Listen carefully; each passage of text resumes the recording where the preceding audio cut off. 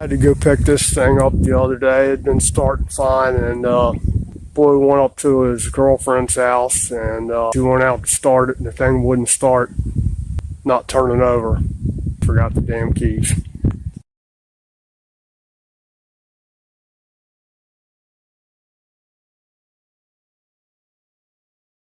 Keys. Let's try this again. So what we got here is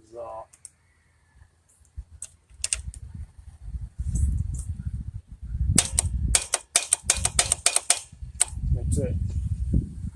Just a big heavy click. Oh, damn it. I hate a fucking barrel key. Tested it last night. As far as battery goes, battery's fine. So I had bought a battery because I needed one for the other bike anyway. Because this is the battery that was in the other bike that we bought, the salvage bike. Because the battery that came with this thing was just dead as a doornail. It won't even charge. And then as soon as you put any load to it, it's like 2 volts. All right, we swapped this battery out with the other bike. And battery's fine. It's, you do a load on it and it only goes down to, you turn the lights on and it goes from like 12.8 to 12.6. And you hit the starter button with that little bit of click and it goes to like 12.5. You can't ask for any better than that. So we tested it last night on, I tested it anyway, on this lead on top of the starter right there. Okay. Actually sends voltage from the solenoid to the starter motor itself. So this lead on top of the solenoid right here, you see it right on top there. It goes over to the starter motor.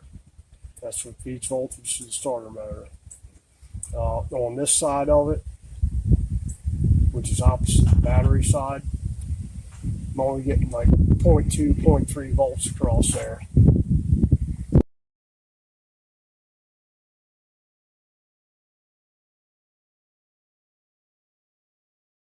Which it sounds like it wants to pull in, but it's either the contact's burnt or the pull-in coil's bad, one or the other.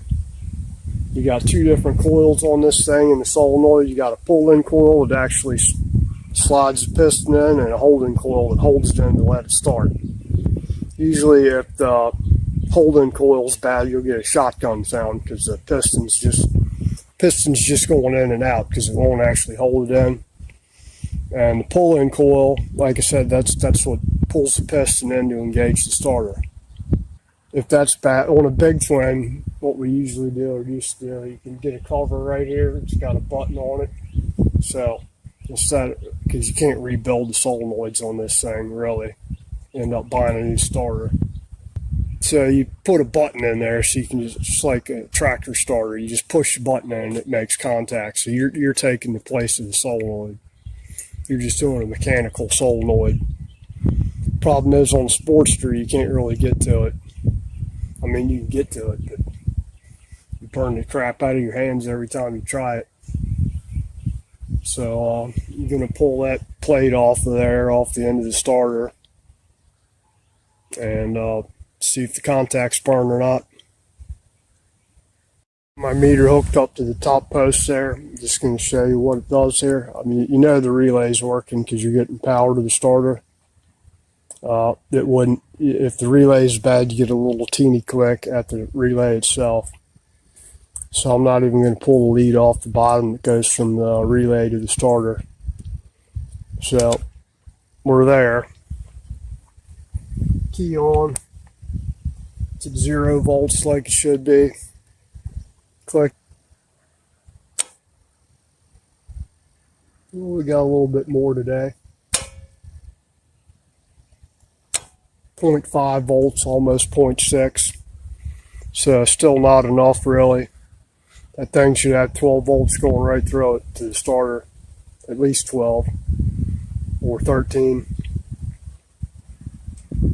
So we're getting basically probably a 12 volt voltage drop through the solenoid. If I have to, I'll do a test on pull-in coils and hold-in coils later. If I get the cap off there and the valve's not burnt, or not valve, the contact's not burnt on the solenoid piston. So let's get this thing apart and see what's going on. See what I got here. I got the piston out. That's what the piston looks like. It's not as bad as I thought it would be. It's got some burn marks on it, but not as much as I thought it would be. It's pulling in like it should. It just ain't making contact. So what I'm going to do is, let me see if I can show you this. I'm going to pull this contact off the top here because that's the one that looks like it's burnt the most. That's the one that goes to the starter there. I'll pull it out and show you in a minute and probably polish both those up. The other contacts down here at the bottom, right down here somewhere, down at the bottom there. And we'll clean that one off and the top one. I'm going to rip this thing out of here.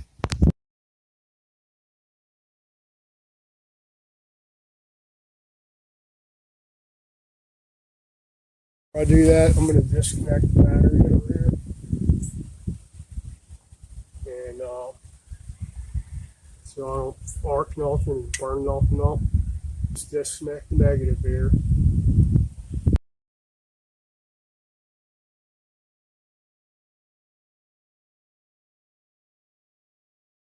Just a little shop story here. I went to a service school one time, and there was a guy and a girl there that were married, and the guy had where his ring finger is, had a big perfect burn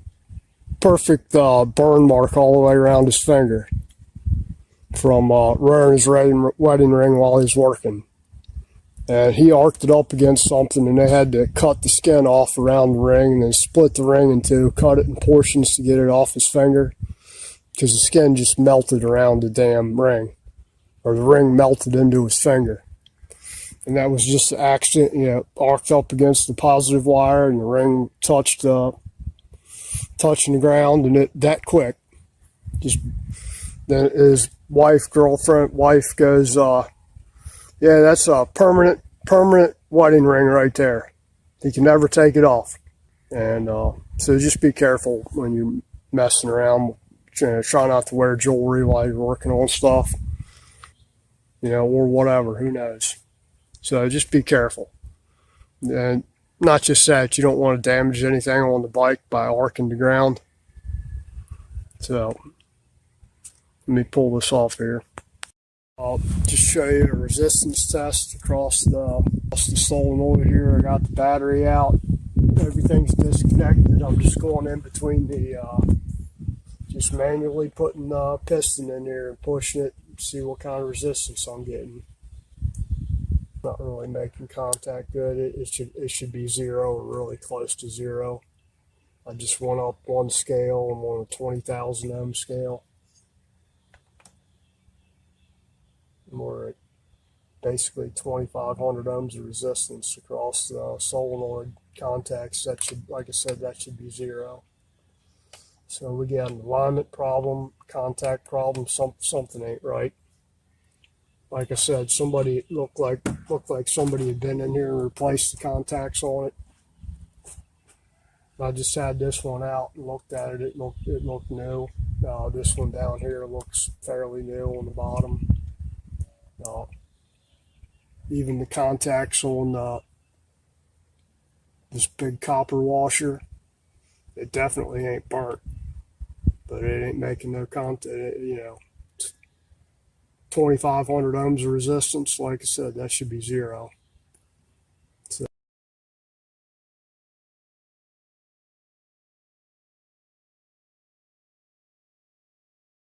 at least we know where we're at right now. Pull-in coil's working.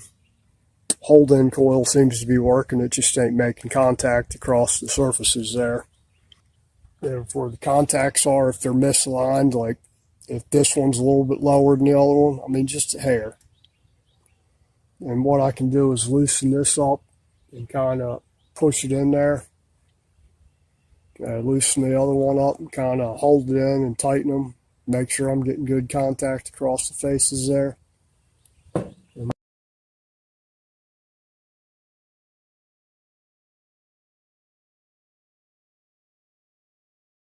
in the contacts where they screw into the starter there, and move them around a little bit and holding the piston in while I checked it. So I went from 2,500 ohms resistance to what I got now.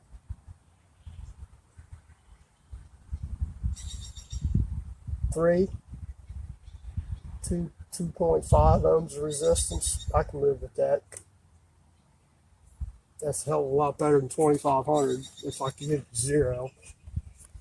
See if this thing will turn over. Had to move this one here, a little, loosen that one. And really the one that was way off was this bottom one here where the battery cable goes in there. Loosen that one up and it went from 2,500 to 800 just by loosening it and holding the piston in there to kind of align them up while I'm tightening them. So cleaning the contacts on this thing, like I said, got it down to where I was measuring like 2.5 ohms instead of 2,500.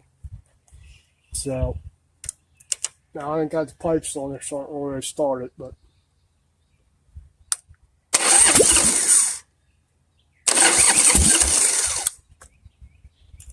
I think that damn barrel keys. I think that works good now. I'll put it rest of the way back together and take it out and ride here in a little bit.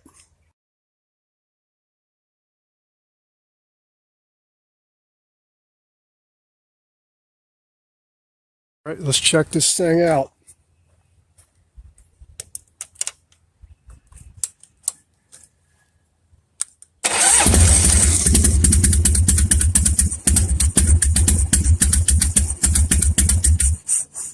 I think that'll work.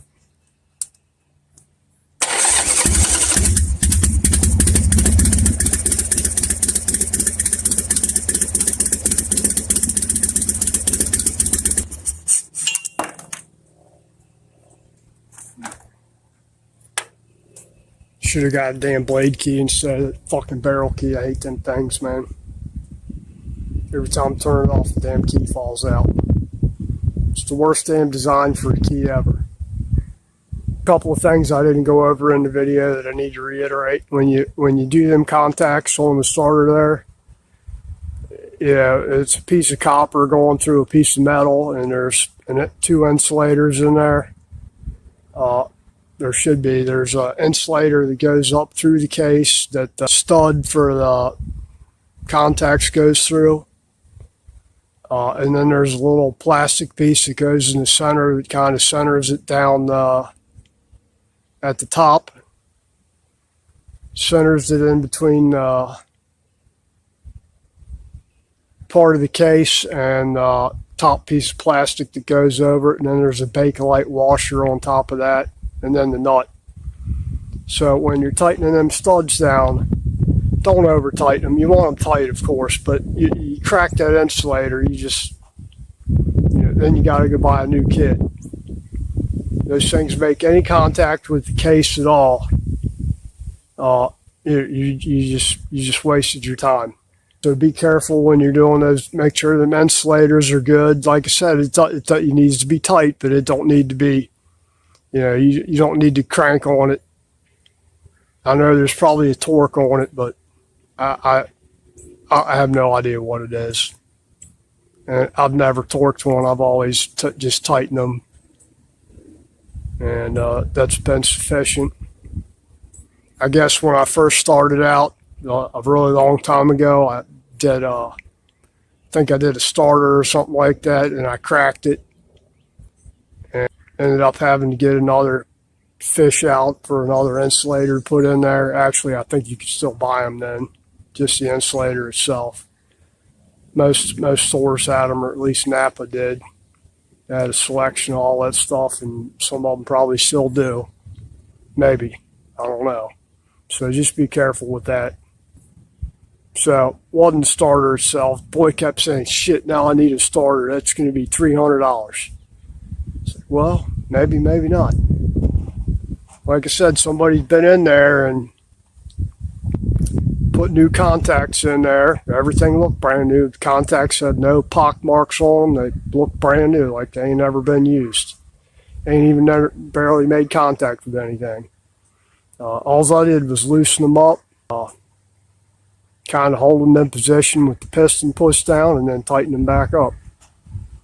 And as soon as I did that, the resistance went from 2,500 to 2.5, which is great. You know, you ain't feeding no kind of voltage at all through 2,500 ohms of resistance. And just remember too that as resistance goes up, heat goes up. So if you're trying to throw voltage through an arc, you're creating a lot of heat, and that'll fry a damn starter in a heartbeat. Too much heat, one and done. If you like my content, please like, share, subscribe, comment, all that jazz, and hit the notification bell, and have a great day. I think it's getting ready to pour rain here.